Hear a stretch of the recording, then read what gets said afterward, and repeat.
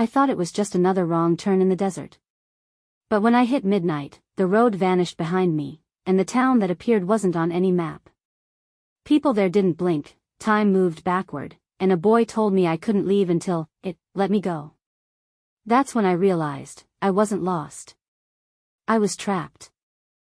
T started with a wrong turn off the I-15, just past midnight, somewhere near Barstow, and I remember it clearly because the desert had gone completely silent. Not even the wind wanted to follow me that night, and I was already half lost when my engine sputtered out, gave a mechanical cough, and then died with a hollow choke that echoed off the low desert hills like a death rattle, and I cursed myself for ignoring the low gas light 3 exits ago, thinking I could coast another 30 miles, but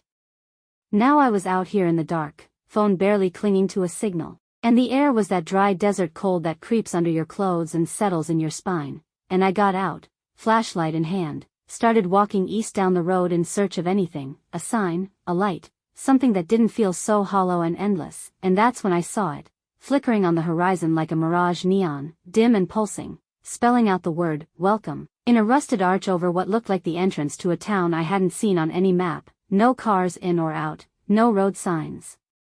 Just a cracked pavement lane curling toward it like an invitation written in dust, and every instinct told me to turn around, but curiosity or desperation pushed me forward, and as I stepped under that arch, the wind picked up out of nowhere and carried with it a whisper that wasn't quite a word but still chilled the back of my neck like someone saying my name from behind, and the place looked like something out of a 1950s postcard, perfect and pristine in a way that felt wrong, every shop window lit, every street lamp humming, and yet not a single soul in sight, not a car parked on the road, not a door ajar, and the strangest part was the smell. A faint scent of warm bread and old perfume, like someone had just left a moment ago but would be back any second, and I walked past a diner where the jukebox played softly through the glass, even though the booths were all empty, and I looked down and realized my phone had no signal, no battery, just dead black glass, and the air around me was thicker now, like I'd stepped into a pocket of time where the world didn't spin quite right, and I turned a corner and saw a man standing in front of a gas station, smoking a cigarette and watching me like he'd been waiting, like he knew I'd come. And before I could speak, he said, "You're early," with a voice that didn't match his age, like something old and tired pretending to be young, and I asked what this place was, and he smiled in that way people do when they know something you don't but aren't ready to tell you, and he just gestured toward a motel across the street with a flick of his cigarette, said I should get some rest because the sun would be up soon, and then he turned and walked into the dark like he'd never been there at all, and I felt this pressure behind my eyes, like a migraine brewing or a memory trying to claw its way forward. And I didn't know what else to do, so I went to the motel, rang the bell, and an old woman appeared behind the counter with skin like parchment and eyes that didn't blink enough, and she handed me a key without asking my name, room 3, and as I walked down the hallway, I noticed every door was labeled 3, and when I opened mine, the room looked exactly like the bedroom I had when I was 13. Down to the poster on the wall and the old quilt my grandma made, and that was when I knew something was terribly wrong, because that room had burned down in a fire when I was a teenager, and I hadn't seen it in over a decade, and I sat on the bed and touched the blanket and it felt real, smelled real, like smoke and dust and old cotton, and then I heard it, a voice from the closet saying, "It's not really yours," and when I opened the door, there was just a mirror inside, but the reflection wasn't me, not exactly, it was me but older, sadder, eyes sunken and haunted, and he raised a finger and said, "Don't trust the boy," and the mirror went black, and I stumbled back, heart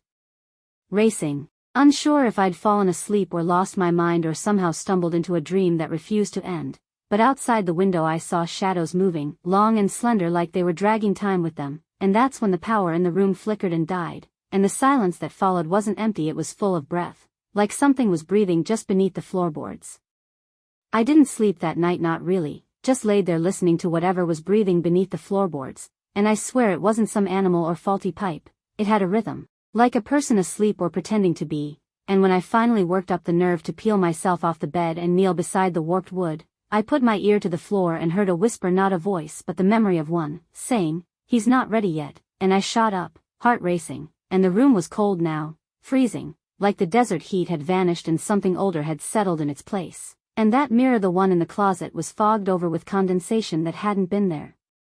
before, and I walked toward it, slowly, stupidly, and this time my reflection was gone. Replaced by a hallway I didn't recognize, red carpet, flickering lights, and that same door over and over again, room 3, room 3, room 3, stretching on like a hotel with no end, and I turned away, heart pounding, and the door to the hallway was open now, even though I was sure I'd locked it, and there, standing in the doorway, was a boy, maybe 12 or 13, pale skin, dark eyes, wearing a black t-shirt with a faded comic book logo and holding something in his hand, a paper airplane, and he said, "You can't leave until it wants you to," and he turned and ran, and like an idiot I followed, out into the hallway that now seemed impossibly long, looping on itself.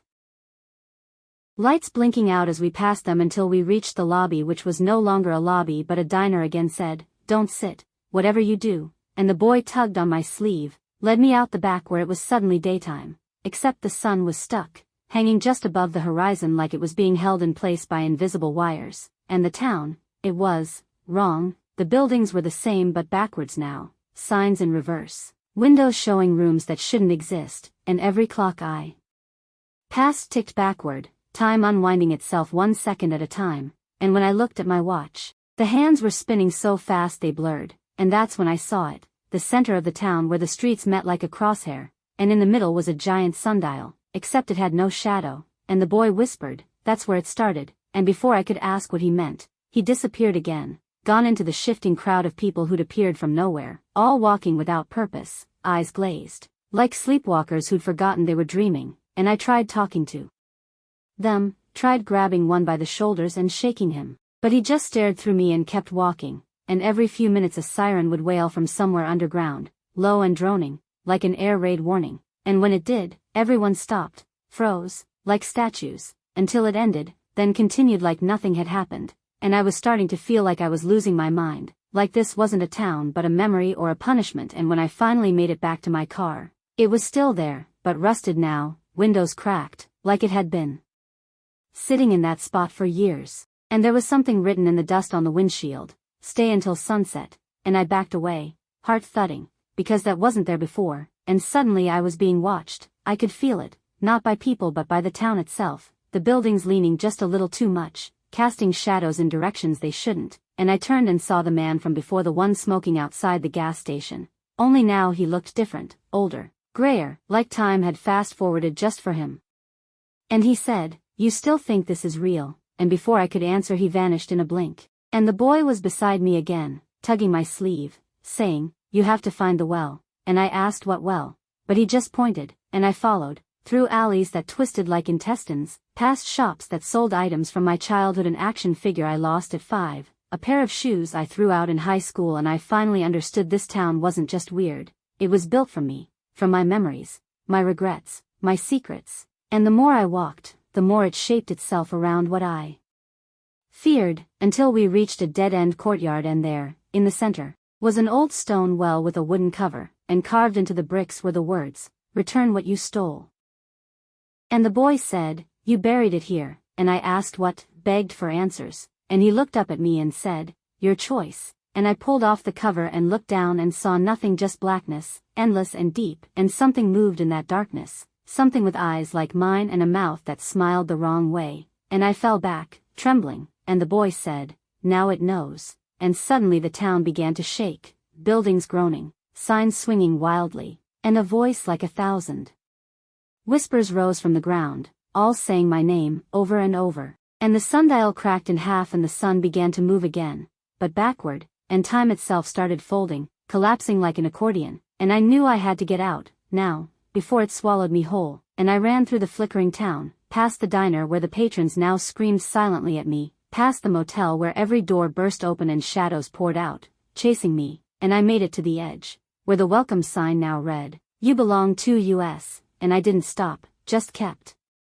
running into the desert, into the dark, until the sand turned to gravel and the gravel turned to highway, and I collapsed on the shoulder, sobbing, until headlights cut through the dark and a trucker pulled over, asking if I was all right, and I looked back but the town was gone, like it had never been there, just miles of empty desert behind me, and he gave me a ride into the next city, and I never told anyone, not really, but I still see it sometimes, out the corner of my eye, when I drive at night, the flicker of neon, the echo of Voices that aren't mine, and the whisper that always follows. No matter where I go, you were supposed to stay.